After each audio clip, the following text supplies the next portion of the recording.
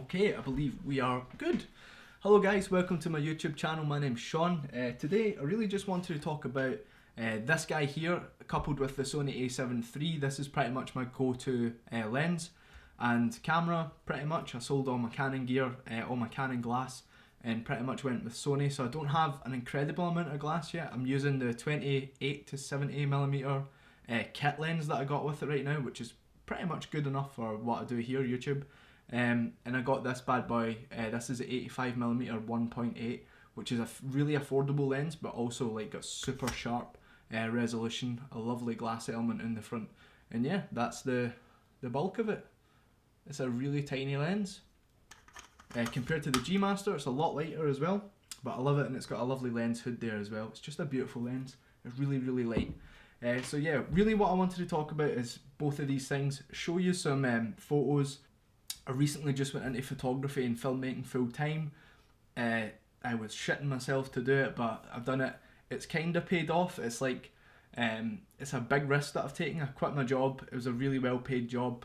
I used to be a manager for Nike, and yeah, I decided to do this full time, which is awesome. Not as much YouTube. I'd like to do YouTube full time, but photography is what I've been doing for the past, well, 4 or 5 years. And I decided just to go into it full time. But yeah, I'll stop rambling. Really what I want to show you today is some photos that I've taken with the 85mm and the A7 III body, show you the resolution, the bokeh. A lot of people don't care about bokeh. I don't really mind bokeh, but I always talk about this. Yeah, just show you maybe some videos as well, and basically what I've been shooting the past week, 2 weeks, or maybe even a couple of months, and some of my favourites. Yeah, so I'm actually just back from Italy. I've been back for about 3-4 days. I was visiting my girlfriend in Italy. She's coming home in like 3 weeks, and she's been working there for like 4 months, so that was really good. I got some really good headshots of her when I was over there. I do have a little screen recording here, so we are going to just look. I think that's actually an unedited one that I've got there, but let me just jump into Lightroom. Okay, so I suppose what I'll do is I'm just going to start with some of the headshots that I took of my girlfriend. Some of these, I'm not totally in love with them yet. That's not my girlfriend. This is one that I had taken in Italy that I'm just back for. Turning the volume up. Just make sure my brightness is 100%. Yeah, so let's just go through it. So this is just basically, it's a really tight headshot for me. I don't usually shoot this tight, but I just wanted to showcase just how well this lens actually is. This was shot at f1.8, I believe. It's not telling me, but I think this is f1.8. It was a super bright day. You can see that I've just diffused slightly above the eyes. You can actually see me holding the pole, and there's my diffuser there. And I did this all one-handed as well, and this is still, I've gotten quite good at doing everything by myself. Usually my girlfriend is my assistant, and she helps me, but yeah, let's just show you where this image came from and where it ended up. So just pop into my develop window, and I'll show you some before and afters.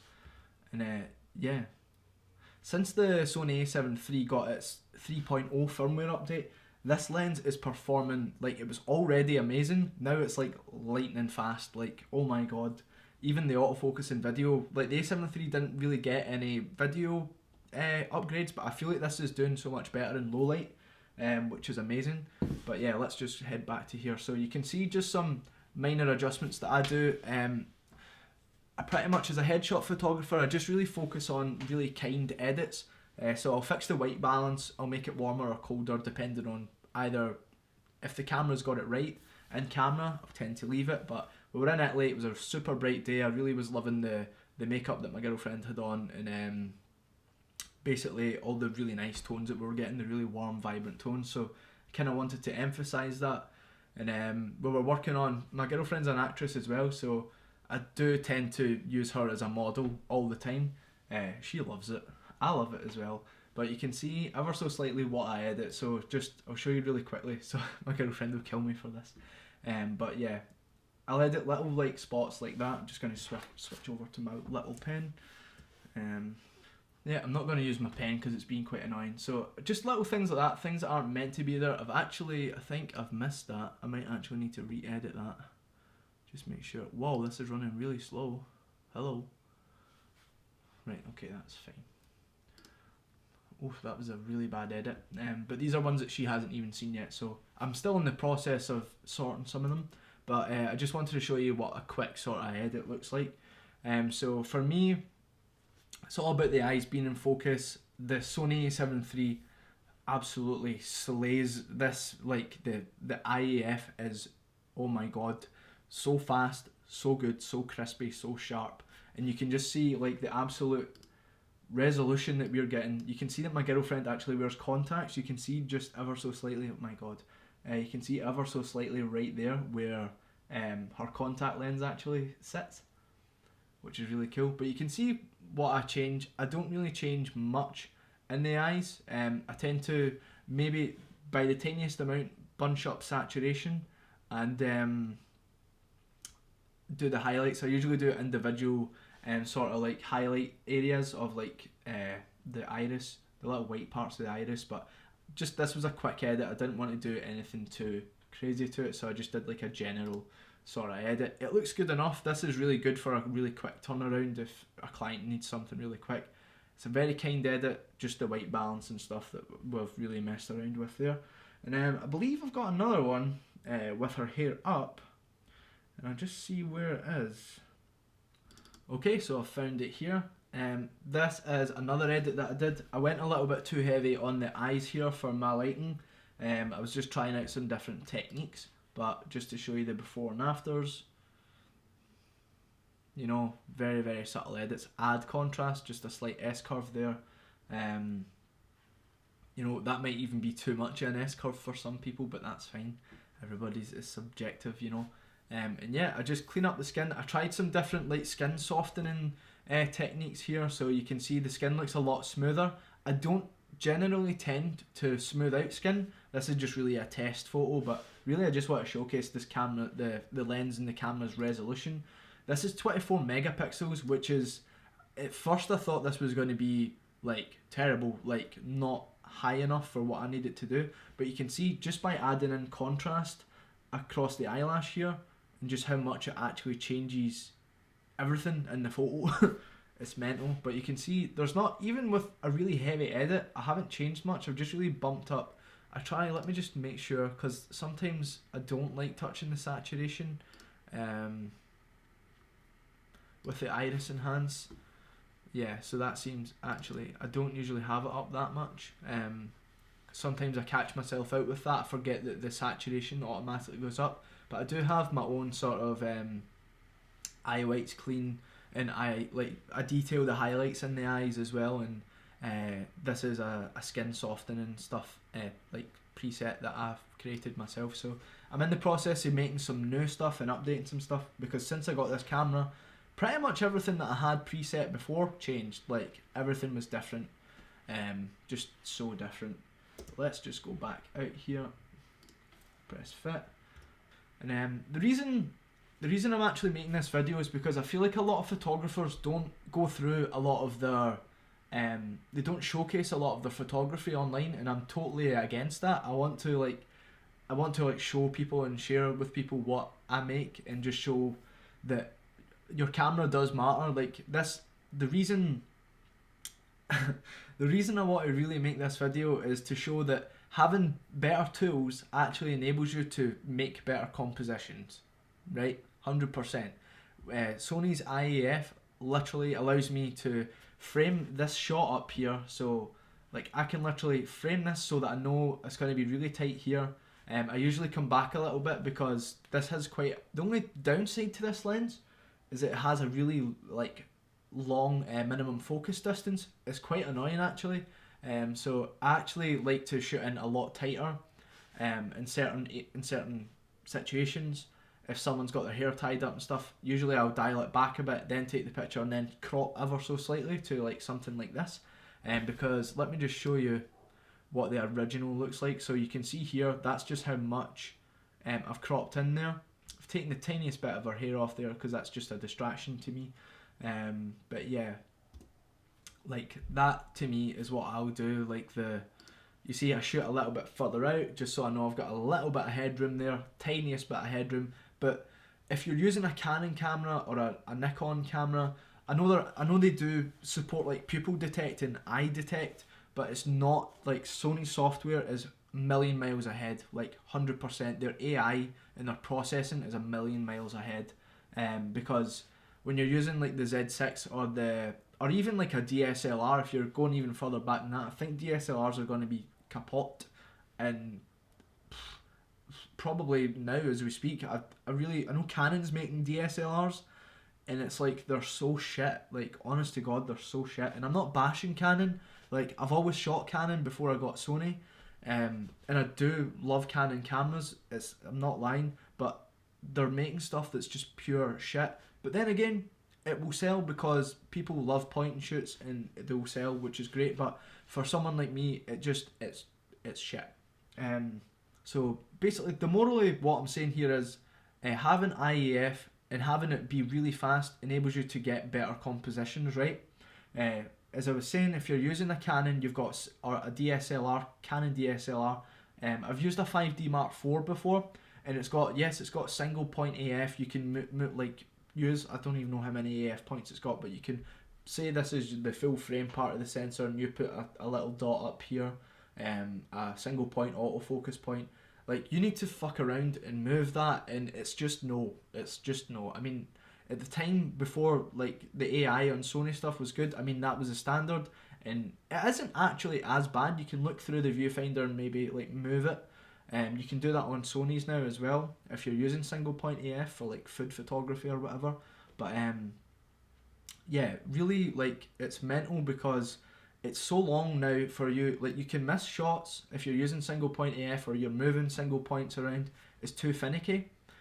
For me, IEF just solves so many compositional problems for me. It's so much quicker. My workflow is so much quicker. Holy moly, it's good, you know. Bloody hell, I'm basically painting this camera as like a cure-all, but it really is. Like, it just really, it makes things go so much quicker. My workflow has been like reduced to a third of the time that it takes me to do stuff, like editing, making sure images are sharp. I know like 99%, 98% of my images are going to be tack sharp on the eye. And see, when I show clients that midway through your session, you can go like this to your client. Look at how sharp this is. Like, zoom in on the eye, punch in on that, look through the not so good EVF, which is good enough, and it's blistering sharp, like razor sharp, even at f1.8. I've yet to use, I have actually had my hands on the f1.4 85G Master. I don't even know if I would upgrade to it after getting this lens, because using that and comparing it, this lens is a bit more punchier, whereas the G Master has really nice bokeh, but this is really nice bokeh as well, you know. So I've rambled long enough here. Let's look at some other ones that I've done. So I'm going to come out of this and I'm going to look at some recent ones that I did. So this will show you even bigger. Like, look at that, man. Like, what the fuck sharpness. Like, oh my god, it's like holy fucking fuck, you know. You can see so much resolution. Like, the eyes are tack sharp. Maybe even, you know, maybe in this one actually not 100%. I'm shooting at such a thin focal plane that it's hard to tell, because this eyebrow looks kind of in focus, this is kind of out of focus, but his head was slightly tilted. But I don't mind that. Even at that, when you're at this, looking at it from this perspective and focal length, it's a beautiful photo. You've got some lovely bokeh there, some cat's eye bokeh up there. It doesn't matter. Forget about the G Master, it's too expensive. So that's one of my favourites from a shoot the other day that I did. I'll show you. Let's just jump out of my hard drive, because there's a lot there. These are just JPEGs, by the way. So this is a black and white, but she's really lovely hair. Just look again at this eye, like, bruh. You know, I'll show you the coloured version of that as well. But this is the reason I'm making these, is because I don't really see a lot of photographers going through their images that they take. Like, I'm always learning with photography. I'm never like 100%. Let's use this one. I think I took these with natural light. Yeah, it was like a really nice day as well. So you can see here, like, amazing. This is just natural light, so I'm not really popping the eyes too much here. But yeah, like, just amazing. The resolution's incredible. Like, it actually makes people a bit weirded out when you show them sometimes, like how good the resolution is. This is probably one of my favourite ones that I took of that photo shoot, just because the resolution is incredible. Yeah, just super interesting. You can even see me and my assistant, which was my girlfriend, in her eyes, which is really cool. You know, just every time, man, like, this is the compositions you can get. This is the compositions. And it's quick, and it's fast. It's really exciting, you know. Let me just see. I don't know if I showed you this one. Did I show this one? But this is my favorite. This is actually my favorite one. This one here, because it nailed the eye perfect. You can see this. The one on the left is slightly out of focus, but that's okay. That's okay. Yeah. Just stunning. Super stunning. You can't ask for better. You know, you just can't ask for fucking better autofocus. Like, amazing. So I'm just going through all these. I'll show you some of, I think maybe even the sharpest one I did. Let me just think. This was at f2 or f2.8, and it was of, I've showed this lady before. Right, so let me just show you this one. So this is a JPEG as well. I hope, if any of you guys watch this, really hope you don't mind me showing these videos, but this is at f2, so this lens actually benefits you going at f2 as well. It gets even sharper. So at f1.8, it's such a thin focal length that sometimes you're not going to get all, like, both eyes in focus. Like, you'll get one eye in focus, depending on if it's a really straight on shot. But I mostly get my like actors or like dancers or whoever I'm taking pictures of to like sort of tilt and do like a 3/4, or so it just depends what I do. Like, for example, this one, right, this is probably the sharpest one that I've taken to date, I think, other than a dude named Colin, who I'll show as well. Look at that. Look at that. Like, come on. For 24 megapixels, you know, this is entry, you know. And I mean, maybe the A7R II or the A7R III would be even more punchy than this, but I actually think this is like the sweet spot, man. 24 megapixels is the sweet spot, because you don't want any more detail than this, for me anyway.